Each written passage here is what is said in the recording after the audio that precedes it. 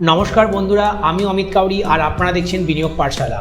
বন্ধুরা, আজকের ভিডিওর topic Donald Trump 2 April reciprocal tariff implement করেছিল বিশ্বের বিভিন্ন দেশের উপরে।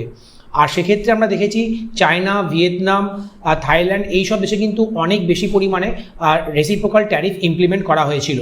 কিন্তু আমরা লাস্ট টুইসডে দেখলাম যে এই রেসিপ্রোকাল ট্যারিফকে টেম্পোরারি এটিকে পজ করা হয়েছে 90 দিনের জন্য। ডোনাল্ড ট্রাম্প এই রেসিপ্রোকাল ট্যারিফকে সরিয়ে রেখেছেন এবং যে বেসিক যে বেসলাইন ট্যারিফ ছিল, যেটা 10% ছিল, সেই ট্যারিফটি কিন্তু বর্তমানে বিশ্বের বিভিন্ন দেশের উপরে ইমপ্লিমেন্ট করা হচ্ছে। বন্ধুরা, এখন দেখবো যে ডোনাল্ড ট্রাম্প যে 90 ডে ট্যারিফ পজ করেছে, তার মধ্যে কিন্তু চায়নার উপরে কোনো রকমের ট্যারিফ পজ করা হয়নি। চায়নার উপরে এখনো ট্যারিফ যেটা আগে ইমপ্লিমেন্ট করা হয়েছিল 125%, সেটা এখনো ইমপ্লিমেন্ট থাকবে। কিন্তু বিশ্বের আদার কান্ট্রি, তার মধ্যে উল্লেখযোগ্য 60 কান্ট্রিতে কিন্তু যে ট্যারিফটি অ্যানাউন্স করা হয়েছিল সেটা টেম্পোরারি পজ করা হয়েছে এবং ব্ল্যাঙ্কেট 10% ট্যারিফ তাদের উপর এখনো ইমপ্লিমেন্ট থাকবে ফর নেক্সট 90 ডেজ। বন্ধুরা, এই ট্যারিফ পজের নিউজটা মার্কেটে যখনই এলো তখনই শেয়ার মার্কেট খুব ভালোভাবে রিয়াক্ট করলো। এক্ষেত্রে আমরা দেখলাম যে ইউএস শেয়ার মার্কেট খুব ভালোভাবে রিয়াক্ট করলো এবং ইউএস শেয়ার মার্কেট কিন্তু আমরা দেখেছি বিগেস্ট সিঙ্গেল ডে একটি গেইন করেছে। আর এই গেইনটি কিন্তু ওয়ার্ল্ড ওয়ার 2 এর পরে সিঙ্গেল ডে এর মধ্যে হাইয়েস্ট গেইন হয়েছে। আর ইউএস মার্কেটের সাথে সাথে বিশ্বের আদার শেয়ার বাজারও রিয়াক্ট করেছে এবং ইন্ডিয়ান শেয়ার বাজার কিন্তু আমরা দেখেছি খুব ভালোভাবে রিয়াক্ট করলো। আর ইন্ডিয়ান শেয়ার মার্কেটে নিফটি সেন্সেক্স অনেক বেড়েছে এই নিউজটি আসার পরে। আর ডোনাল্ড ট্রাম্প বলেছে যে এই ট্যারিফটি যে 10% ইমপ্লিমেন্ট করা হয়েছে সেই কান্ট্রিগুলোর উপরে যারা কিন্তু ডোনাল্ড ট্রাম্পের রেসিপ্রোকাল ট্যারিফকে রিটালিয়েট করেনি এবং তারাও কিন্তু ইউএস এর ট্যারিফকে চ্যালেঞ্জ করে রেসিপ্রোকাল ট্যারিফ ইমপ্লিমেন্ট করেনি, সেই ধরনের যে ফ্রেন্ডলি কান্ট্রিগুলি আছে তাদের উপরে 10% উনি ব্ল্যাঙ্কেট ট্যারিফ ইমপ্লিমেন্ট করেছেন ফর নেক্সট 90 ডেজ। আর এক্ষেত্রে বলে রাখি, he suggested that his pause was strategic to reward those countries that agreed to work toward a deal with him। তাহলে উনি নেগোসিয়েশন করতে চাইছেন সেই কান্ট্রিগুলির সাথে যাতে রেসিপ্রোকাল ট্যারিফ কিছুটা কমানো যেতে পারে। আর সেক্ষেত্রে কিন্তু বোথ কান্ট্রির ক্ষেত্রে এটি একটি উইন উইন সিচুয়েশন হতে পারে। বন্ধুরা, নেক্সট আমরা আলোচনা করব যে এই রেসিপ্রোকাল ট্যারিফ 2 এপ্রিল 12 থেকে 50% ইমপ্লিমেন্ট করা হয়েছিল বিশ্বের বিভিন্ন দেশের উপরে। বন্ধুরা, ইউএস গভর্নমেন্ট এই রেসিপ্রোকাল ট্যারিফটি ইমপ্লিমেন্ট করেছিল কারণ ডিসপ্রপোর্শনেটলি হাই লেভেলের ইম্পোর্ট ডিউটি সেই কান্ট্রিগুলি ইউএস প্রোডাক্ট সার্ভিসের উপরে নিচ্ছিল। সেই জন্য ইউএস গভর্নমেন্ট চাইছে যে তাদের এমএনসি কোম্পানিগুলি যেন আমেরিকাতেই ম্যানুফ্যাকচারিং করে, যার ফলে তাদের কস্ট অনেকটা কম করা যায় এবং এমপ্লয়মেন্টের জেনারেশন হতে পারে। আর সেই কারণটা বুস্ট করার জন্যই এই রেসিপ্রোকাল ট্যারিফ ইউএস গভর্নমেন্ট আদার কান্ট্রির উপরে ইমপ্লিমেন্ট করছিল। এবার বলি যে চায়নার উপর কিন্তু খুব অ্যাগ্রেসিভ ওয়েতে ইউএস গভর্নমেন্ট ট্যারিফ ইম্পোজ করেছে। তারা 2 এপ্রিল মানে লিবারেশন ডেতে যে ট্যারিফটি ইম্পোজ করেছিল সেক্ষেত্রে আমরা দেখেছি চায়নার উপরেই হাইয়েস্ট ট্যারিফ ছিল এবং তারপরে চায়না যখন রিটালিয়েট করলো সেই ট্যারিফটিকে ইউএস গভর্নমেন্ট অ্যাডিশনাল 50% আরও ট্যারিফ ইমপ্লিমেন্ট করেছে। আর বর্তমানে 125% ট্যারিফ চায়নার প্রোডাক্ট এবং সার্ভিসের উপরে ইউএস গভর্নমেন্ট ইমপ্লিমেন্ট করেছে। আর এক্ষেত্রে বলে রাখি, চায়নাও কিন্তু আমেরিকার প্রোডাক্টের উপরে তারা আরো রেসিপ্রোকাল ট্যারিফ মানে রিটালিয়েট করেছে। সেক্ষেত্রে ইউএস মার্কেটের প্রোডাক্ট সার্ভিসেসের উপরে তারা 84% ট্যারিফ অলরেডি ইম্পোজ করে দিয়েছে। আর যেটিকেই আর এই রিটালিয়েশনে কিন্তু ট্রেড ওয়ারকে আরো মজবুত করে তুলছে। আর এই ট্রেড ওয়ার কিন্তু global economy, US market, Indian market, চায়নার মার্কেট পুরো মার্কেটের জন্যই ভালো হবে না এবং গ্লোবাল লেভেলে যদি রিসেশন হয় সেক্ষেত্রে কিন্তু শেয়ার বাজার অনেক বেশি রিয়াক্ট করবে, শেয়ার বাজারে আরো অনেক পতন হতে পারে। বন্ধুরা, এই ইউএস গভর্নমেন্টের ট্যারিফ পজ ইন্ডিয়ান ইনভেস্টরদেরকে অনেক বেশি বুস্ট করেছে, তাদের সেন্টিমেন্ট অনেক আপলিফ্ট করেছে, সেই জন্যই আমরা শেয়ার বাজারে এত র্যালি দেখছি। This temporarily give business and Indian companies vital space to stabilize supply chains and adapt operation, while also providing policymakers opportunity to work toward more sustainable trade agreement। তাহলে এই যে টেম্পোরারি ট্যারিফ পজ করেছে তার ফলে policy মেকাররাও কিন্তু অনেকটাই সুযোগ পেয়েছে ইউএস গভর্নমেন্টের সঙ্গে ট্রেড নেগোসিয়েশন করতে এবং কোম্পানিগুলিও কিন্তু অনেকটা সুযোগ পেয়ে গেল। তারা নতুন নতুন অপরচুনিটি খুঁজে বার করবে এবং তারা ভাববে যে তাদের ট্যারিফকে ভবিষ্যতে কি করে কম করা যায় এবং তারা তাদের সাপ্লাই চেইনকে আরো মজবুত করে তুলবে যাতে ভবিষ্যতে ট্যারিফ ট্যান্ট্রামে তাদের বিজনেস খুব একটা ইম্প্যাক্ট না হয়। বন্ধুরা, এই 90 ডে পজের পরে আমরা দেখেছি যে ইউএস শেয়ার মার্কেট খুব ভালোভাবে রিঅ্যাক্ট করেছে। ওয়ার্ল্ড ওয়ার টু এর পর থেকে সিঙ্গেল ডেতে হাইয়েস্ট গেইন দিয়েছে। এক্ষেত্রে বলে রাখি S&P 500 আমরা দেখেছি প্রায় অলমোস্ট 9.5% জাম্প দিয়েছে সিঙ্গেল ডেতে, নাসদাক 12.2% আর ডাও জোন্স 7.9% সিঙ্গেল ডেতে জাম্প করেছে। আর বন্ধুরা, এই শেয়ার মার্কেট এত ভালোভাবে জাম্প করার পরে অনেকে আবার মার্কেট ম্যানিপুলেশনের জন্য ডোনাল্ড ট্রাম্পকে দায়ী করছে এবং তাদের যে অপোজিশন আছে তারা ব্লেম দিচ্ছে যে এই ডোনাল্ড ট্রাম্প কিন্তু মার্কেটকে ম্যানিপুলেট করছে। তারা ট্যারিফকে একবার ইমপ্লিমেন্ট করছে, একবার পজ করছে, যার ফলে মার্কেটে অনেক বেশি ভোলাটিলিটি ক্রিয়েট হচ্ছে এবং এই ভোলাটিলিটি অনেকেই কিন্তু অপরচুনিটি হিসেবে কাজে লাগাতে পারবে এবং তারা শর্ট টার্মে মার্কেট থেকে ভালো রিটার্ন জেনারেট করতে পারবে। তবে বন্ধুরা, এখন কিছু স্ট্যাটিস্টিক্স দেখি। There are still concern and the investor are not sure about what is Trump administration next year and what he has plan to do after 90 day period.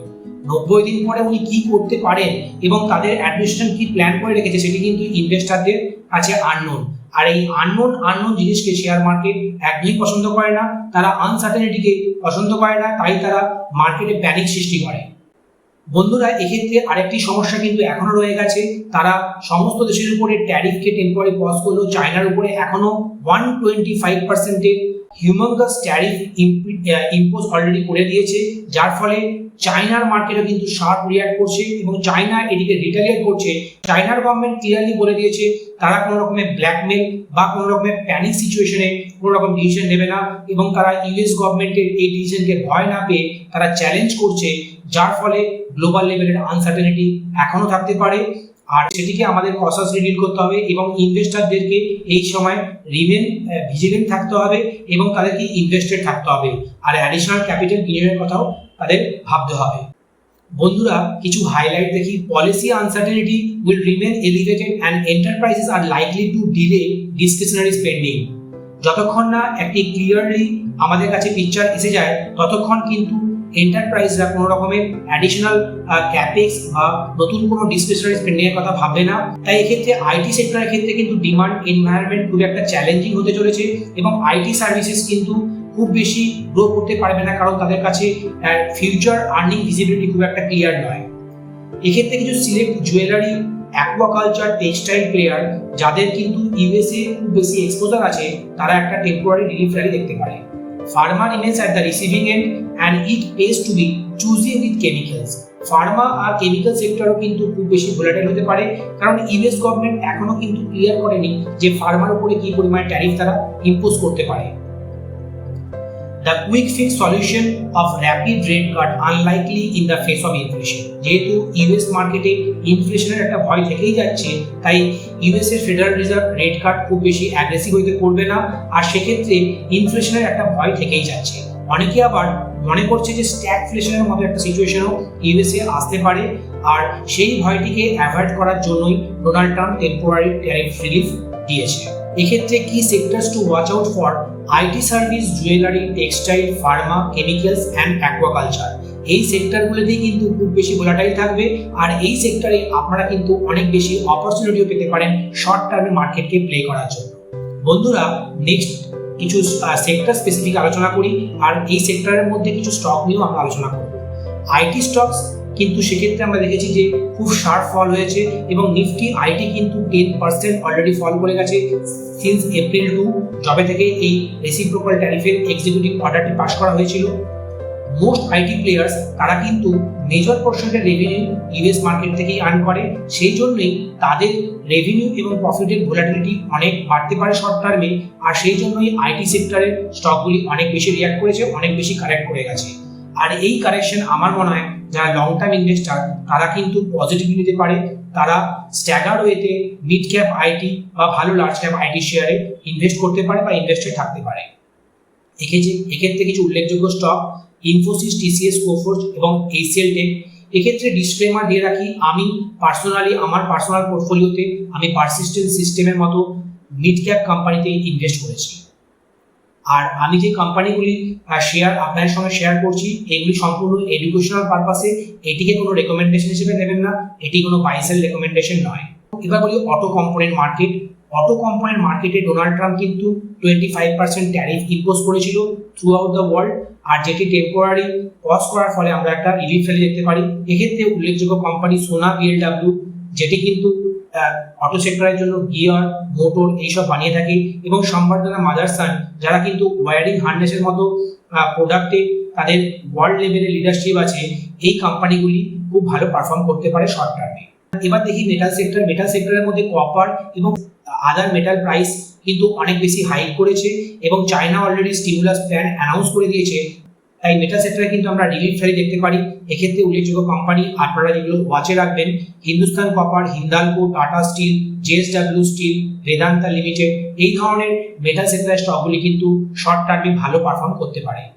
বন্ধুরা, এবার বলি রিয়েলটি সেক্টর। এই রিয়েলটি বা infrastructure এগুলি কিন্তু খুবই rate sensitive sector, আর RBI recently 25 basis পয়েন্টের repo rate কাট করেছে, যার ফলে ব্যাংকও কিন্তু আগামী দিনে তাদের ইন্টারেস্ট রেট মানে লোনের ইন্টারেস্ট রেট কাট করলে এই সেক্টরগুলিতে অনেক বুস্ট আসতে পারে।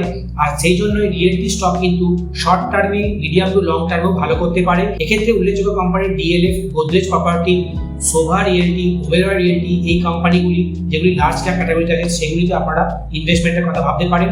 তবে আপনারা নিজেরা রিসার্চ করে এবং আপনাদের ফাইন্যান্সিয়াল অ্যাডভাইসারের পরামর্শ নিয়ে তারপরেই শেয়ার কেনার কথা ভাবতে পারেন।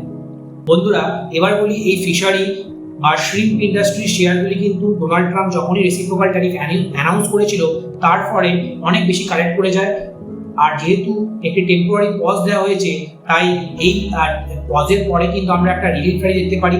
এক্ষেত্রে উল্লেখযোগ্য company Avanti Feeds, Apex Frozen Foods, Coastal Corp. আর সোলার ইপিসি কিছু কোম্পানি আছে এবং কিছু সোলার ম্যানুফ্যাকচারিং কোম্পানিও আছে, যারা সোলার প্রোডাক্টের মধ্যে সোলার সেল, সোলার প্যানেল এগুলি ম্যানুফ্যাকচারিং করে এবং ইউএসএ তারা এক্সপোর্ট করে। যেহেতু আমেরিকা রেসিপ্রোকাল ট্যারিফকে পজ করেছে, তাই এরা একটা রিলিফ র্যালি দেখাতে পারি। এর মধ্যে উল্লেখযোগ্য কোম্পানি ওয়ারি এনার্জি, প্রিমিয়ার এনার্জি।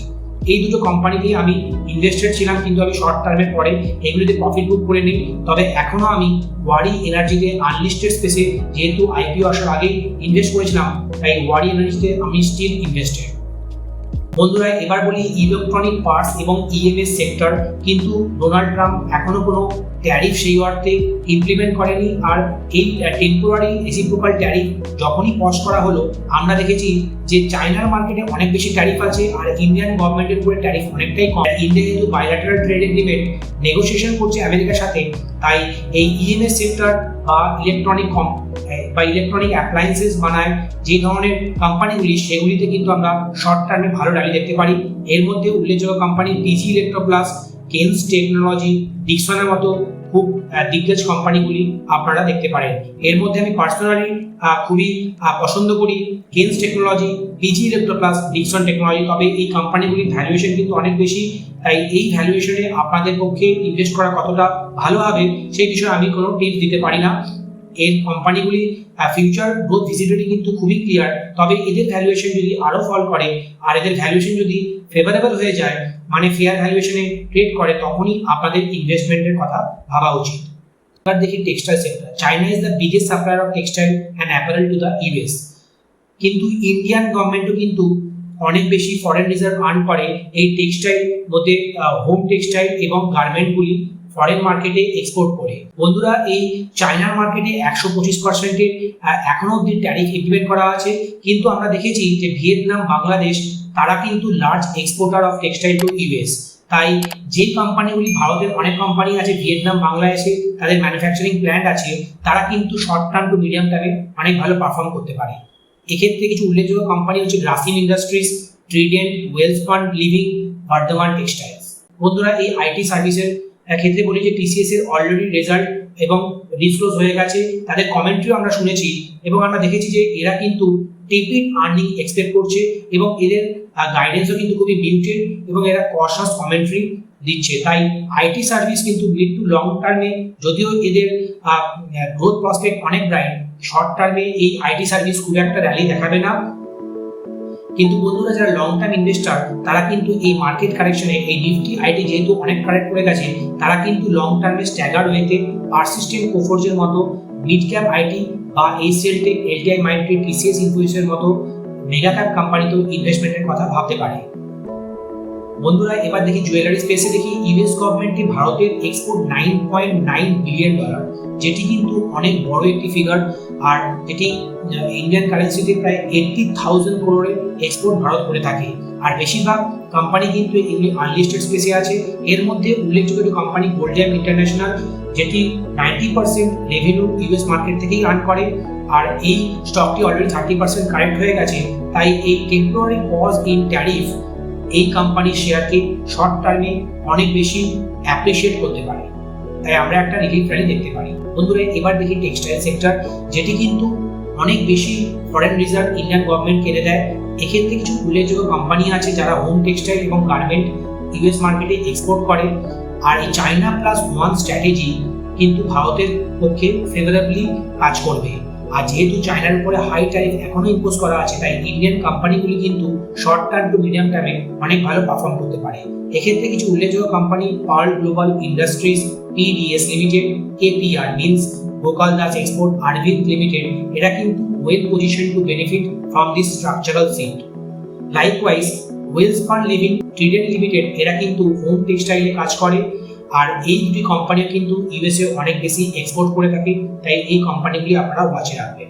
এবার দেখি ফার্মা কেমিক্যাল সেক্টর। ফার্মার উপরে ইউএস গভর্নমেন্ট এখনো অবধি কত ট্যারিফ ইম্পোজ করবে সেটি ক্লিয়ার করেনি, কিন্তু যেহেতু এই ট্যারিফ গ্লোবাল লেভেলে একটি কম্পিটিটিভনেস ক্রিয়েট করেছে, তাই আমরা কিন্তু ইন্ডিয়ান ফার্মা জেনারিক্স ম্যানুফ্যাকচারিং কোম্পানিগুলি আছে যারা ইউএস মার্কেটে এক্সপোর্ট করে, তাদের আর্নিং ভিজিবিলিটি অনেকটাই আনসার্টেন হয়ে গেছে।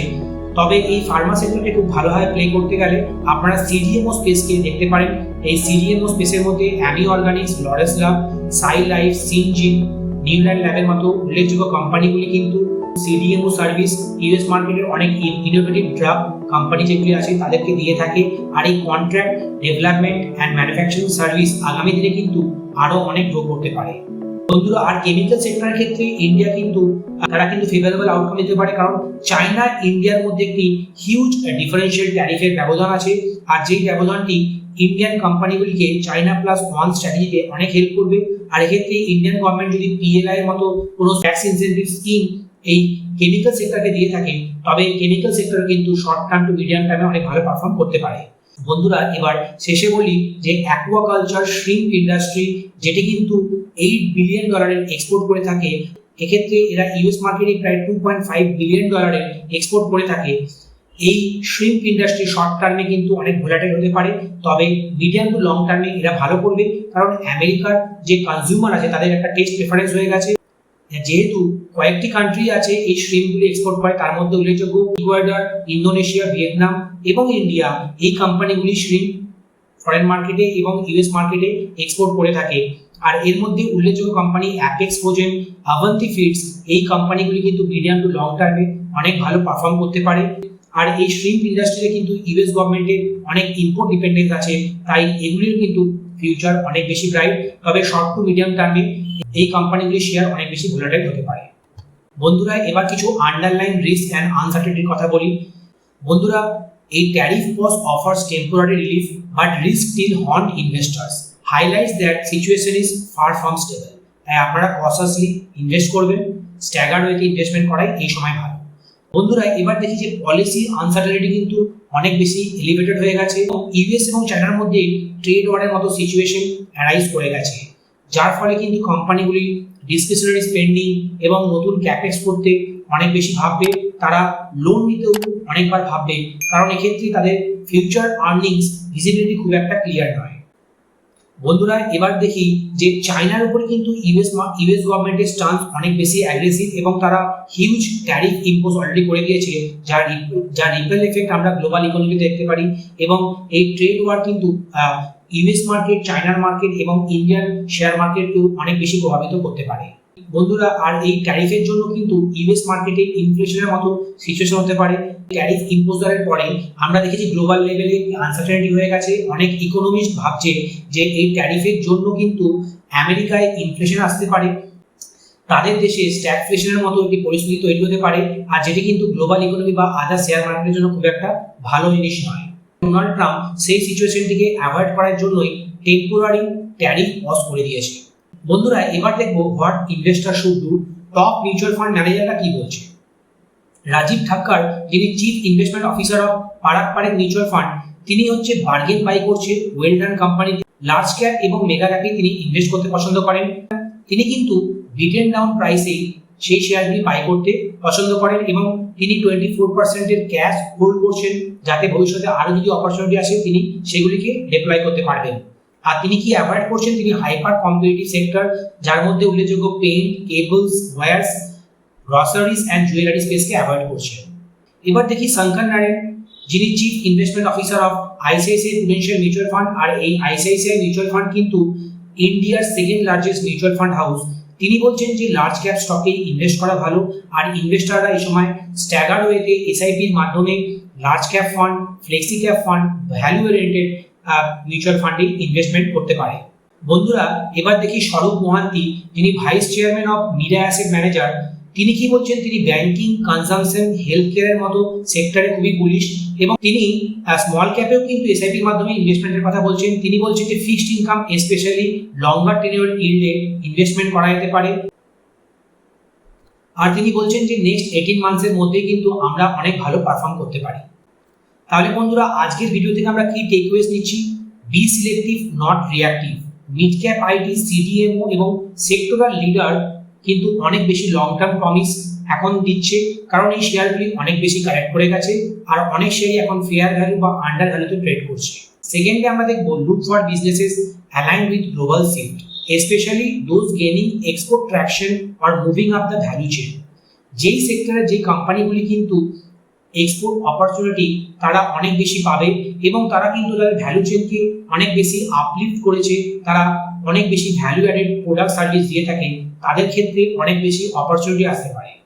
And finally, don't underestimate policy volatility, build staggered position. এসআইপির মাধ্যমে ইনভেস্টমেন্ট করুন। Stay informed and review regularly.